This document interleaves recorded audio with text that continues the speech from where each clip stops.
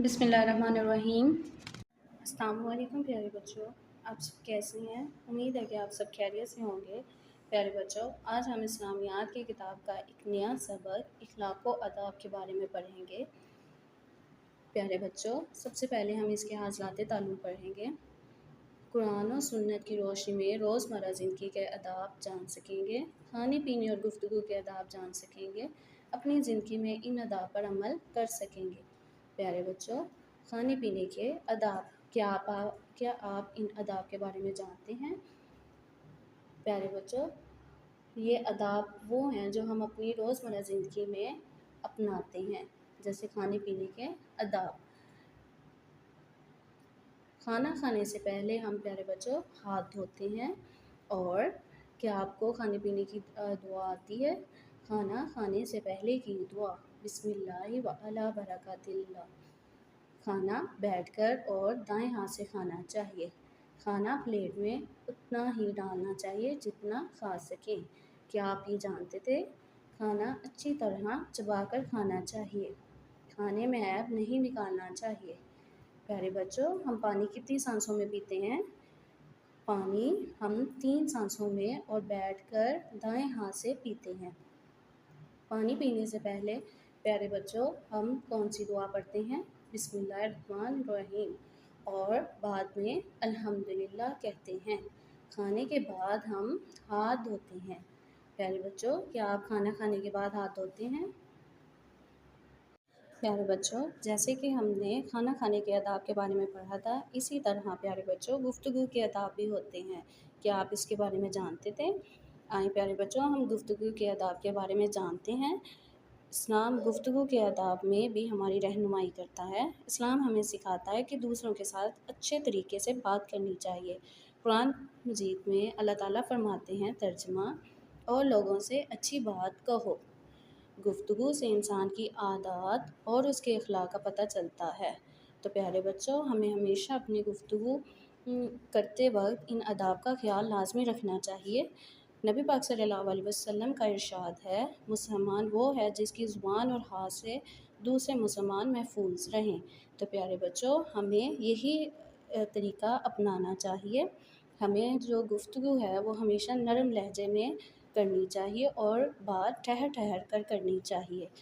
پیارے بچوں، آج ہم اس کے آداب کے بارے میں پڑھیں گے۔ گفتگو بہت اونچی یا بہت آہستہ آواز میں نہیں کرنی چاہیے۔ بات مختصر اور بامقصد کرنی چاہیے۔ سوچ سمجھ کر بولنا چاہیے۔ دوسروں کی بات توجہ سے سننی چاہیے۔ پیارے بچوں، کیا آپ دوسروں کی بات توجہ سے سنتے ہیں؟ بات ادب و احترام سے کرنی چاہیے۔ ایسی بات نہیں کرنی چاہیے جس سے کسی کی دل آزاری ہو۔ بات کرتے وقت مناسب الفاظ استعمال کرنی چاہیے۔ تو پیارے بچوں، آپ نے بھی یہ جو گفتگو کے آداب ہے وہ اپنی روزمرہ کی زندگی میں اپنانی ہیں۔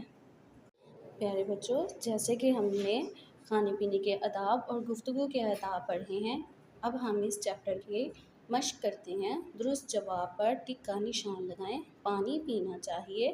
پیارے بچوں، کتنی سانسوں میں پانی پینا چاہیے؟ 3 سانسوں میں۔ بات کرتے ہوئے لہجہ رکھنا چاہیے، تیز، سخت، نرم، نرم۔ دیے گئے الفاظ کی مدد سے خالی جگہ پر کریں۔ طریقے، نرم، نعمتیں، عیب، ہاتھوں۔ اللہ تعالیٰ نے ہمیں کھانے پینے کی بہت سی ڈیش دی ہیں، نعمتیں۔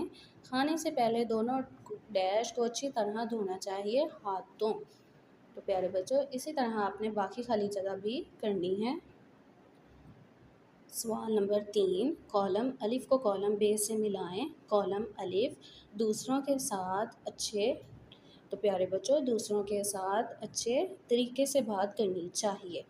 گفتگو سے انسان کی ڈیش عادات اور اس کے اخلاق کا پتہ چلتا ہے۔ بات مختصر اور ڈیش کریں۔ پیارے بچوں، بامقصد کرنی چاہیے۔ ایسی بات نہ کریں جس سے کسی کی دل آزاری ہو۔ تو پیارے بچوں، اسی طرح اپنی ان کالم کو میچ کرنا ہے۔ مختصر جواب دیں۔ گفتگو کے آداب کے بارے میں اللہ تعالیٰ کا کوئی ایک فرمان لکھیں اور لوگوں سے اچھی بات کہو۔ حضرت محمد رسول اللہ خاتم النبیین صلی اللہ علیہ وسلم کس طرح گفتگو فرماتے تھے؟ حضرت محمد صلی اللہ علیہ وسلم نرم لہجے میں گفتگو فرماتے تھے۔ سوال نمبر 3، گفتگو کے 4 آداب بیان کریں۔ پیارے بچوں، یہ آپ کا ٹاسک ہے کہ آپ نے گفتگو کے کوئی سے بھی 4 آداب یہاں پہ لکھنے ہیں، جیسے کہ سوچ کر بولیں، ادب سے بات کریں، اس طرح۔ اپنی پانی کتنی سانسوں میں پینا چاہیے؟ پانی کتنی سانسوں میں پینا چاہیے؟ 3 سانسوں میں۔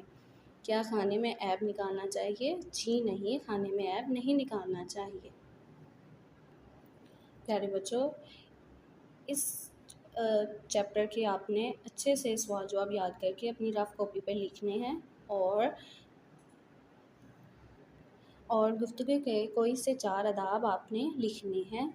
پیارے بچوں، آج کے جو حاصلات تعلیم ہم نے پڑھے ہیں وہ ہے قرآن و سنت کی روشنی میں روزمرہ زندگی کے آداب جان سکیں، کھانے پینے اور گفتگو کے آداب جان سکیں، اپنی زندگی میں ان آداب پر عمل کر سکیں۔